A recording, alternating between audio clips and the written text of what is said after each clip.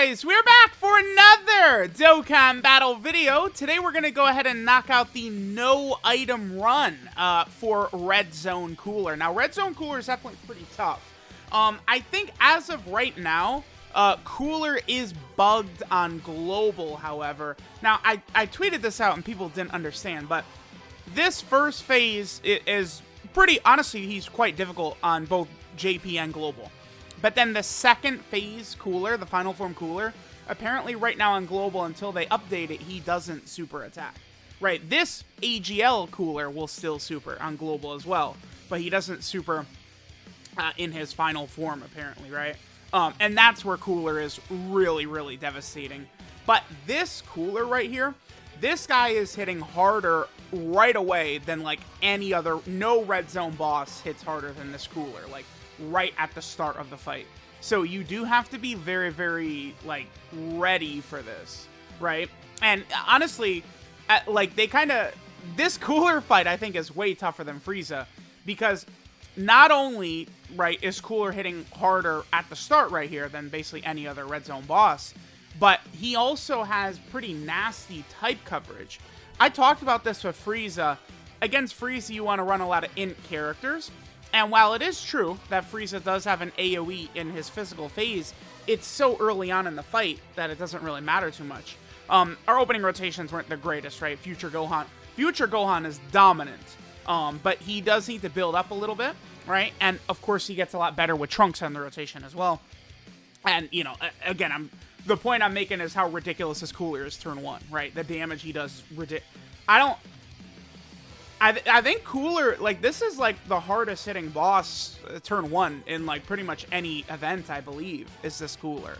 Because, you know, we all know how difficult Cell Max gets, but, like, you ease into that, right? I think maybe, like, the Int Buu Saga Vegeta at the end of Goku Family Extreme Super Battle Road, but that's still, you know, several fights into the event, but it can still be a turn 1 boss, right? That Vegeta, you know, hitting harder on a super attack.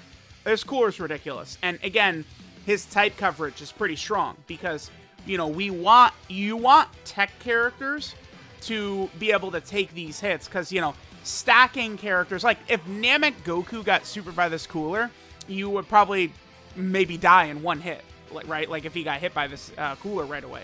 So it's like you're going to want tech characters to neutralize some of that damage.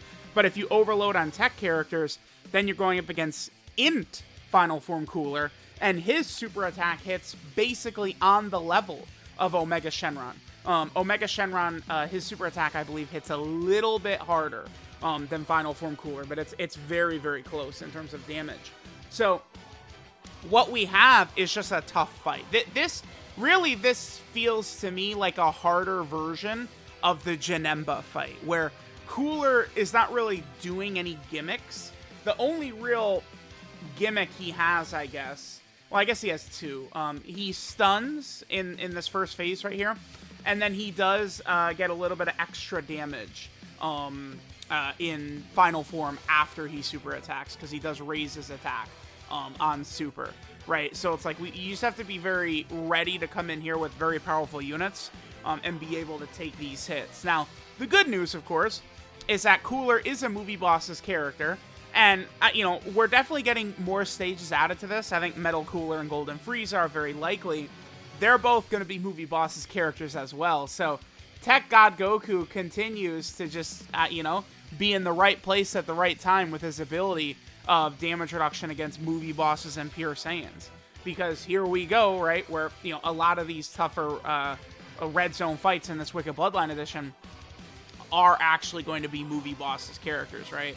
Now, once we make it to here, again, Cooler can only super attack once, but it's 1.52 million damage he's doing. So, one thing I would like to try and do here is potentially counter it with Super Saiyan 4 Gogeta.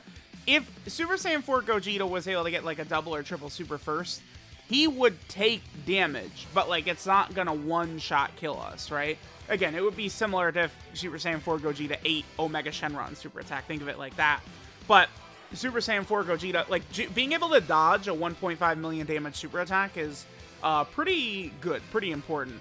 Now, Future Gohan is definitely going to be one of the better characters for this fight, just provided he doesn't get caught right at the start. By the time we get to this phase, his damage reduction will have built up more, and he's got type advantage now as well. So Future Gohan should be looking pretty good. A lot of the usual sort of like cast of suspects will work very good in this fight, though, right? I think like Physical Super Saiyan 3 Goku could potentially be a good option. I think this took like 3 or 4 tries or something like that to no item. I was getting some pretty bad luck. I mean, it's Cooler just hits so hard right out of the gate, right? I actually tried Heart Virus Goku for a run. I thought, maybe he could perform pretty well, but I had a turn where he triple supered turn 1 and the HP debuff happened every single time, and my health was just like gone in an instant. Certainly, I think, yes, and we do get to counter the super attack right here. Just I really can't emphasize how big of a swing that is, right? We go, notice Cooler's attack increased after he supered, by the way. His damage went up. But I can't emphasize enough the difference between Cooler potential. Like, we would have died if Gogeta didn't counter that. I think we would have been dead, considering Cooler was able to do damage to Gogeta just with normals afterwards. We would have died right there. So not only do we not die, but then Gogeta turned around and slapped Cooler with a 4 million damage crit, right? So like those like super attack counters are just so important. Again, a lot of the usual cast of suspects will work good in here. Physical Super Saiyan 3, 3rd year anniversary Physical Gogeta, right? I think many of the characters you would use to fight Omega, likewise would work pretty well against Cooler. Actually, yeah, you probably do kind of want to, I guess, sort of consider yourself like use similar units in here. I guess is what I'm saying, right? Because if you're using similar characters to what you're going to go up against Omega, right? Like a lot of those same strategies and stuff like that, I feel like could sort of like apply very well, right? Again, Physical Super Saiyan 3, I think you could run in here with like a setup of just like all the Super Saiyan 4s, and like that would dominate pretty well.